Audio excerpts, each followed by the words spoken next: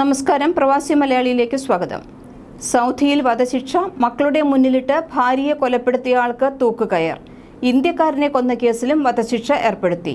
ഭാര്യയെ കൊലപ്പെടുത്തിയ സൗദി പൗരന് വധശിക്ഷ നടപ്പാക്കി. ഇക്കാര്യം സൗദി ആഭ്യന്തര മന്ത്രാലയമാണ് അറിയിച്ചത്. തർക്കത്തെ തുടർന്ന് സ്വന്തം വീട്ടിൽ വെച്ച് മക്കളുടെ മുന്നിലിട്ട് സൗദി വനിത Munira bint Saad bin Miswar അൽദോസരിയെ ക്രൂരമായി പീഡിപ്പിച്ചും ദണ്ടുപയോഗിച്ച് ശിരസിലും മറ്റ് ശരീരഭാഗങ്ങളിലും അടിച്ചും കൊലപ്പെടുത്തിയ Bandar bin Deeb bin Sayyid അൽദോസരയെയാണ് റിയാദിൽ തൂക്കിലേറ്റിയത്.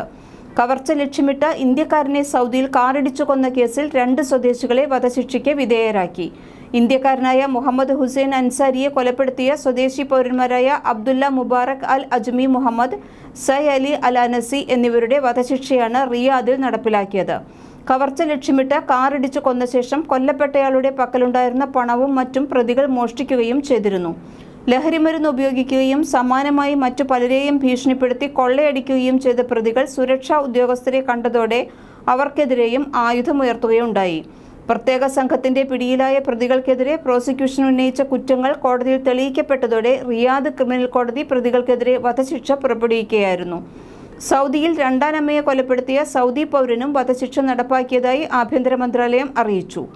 പിതാവിന്റെ 2ാം ഭാര്യയായ സൗദി വനിത സ്വാലിഹ ബിന്ത് മുഹമ്മദ് ബിൻ ദബ്ലാൽ അൽസറീദിയെ ക്രൂരമായി കൊലപ്പെടുത്തിയ റാദി ബിൻ ഹനി ബിൻ ആയിദ് അൽസറീദിക്കാണ് വധശിക്ഷ നടപ്പാക്കിയത്.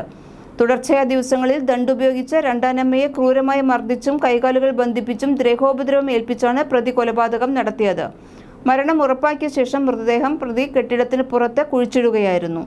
അടുത്തിടെ കുവൈത്ത് സെൻട്രൽ ജയിലിൽ 5 തടവുകാരുടെ വധശിക്ഷ നടപ്പാക്കിയിരുന്നു. അതുപോലെ മസ്ജിദ് ആക്രമണ കേസിലെ പ്രതി, മയക്കുമരുന്ന് ഇടപാടുകൾ, കൊലപാതകത്തിന് ശിക്ഷിക്കപ്പെട്ട 3 പേർ എന്നിവർക്കും വധശിക്ഷ നൽകി.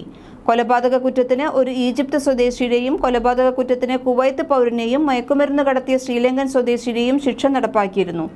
എങ്കിലും മസ്ജിദ് ആക്രമിച്ചയാളുടെയും മറ്റൊരു തടവുകാരൻ്റെയും പൗരത്വം പുറത്തുവിട്ടിട്ടില്ല. ഇവർ നിയമവിരുദ്ധമായി കുവൈത്തിൽ എത്തിയതായിരുന്നു.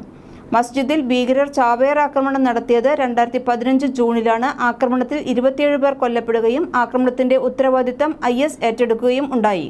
പൊതുവെ വധശിക്ഷ വിധിക്കുന്നത് കൊലപാതകം, മയക്കുമരുന്നുമായി ബന്ധപ്പെട്ട കേസുകൾ എന്നിവയ്ക്കാണ്. ഇതിനു മുന്നേ കഴിഞ്ഞ നവംബറിൽ 7 തടവുകാരെ വധശിക്ഷയ്ക്ക് വിധേയമാക്കിയിരുന്നു.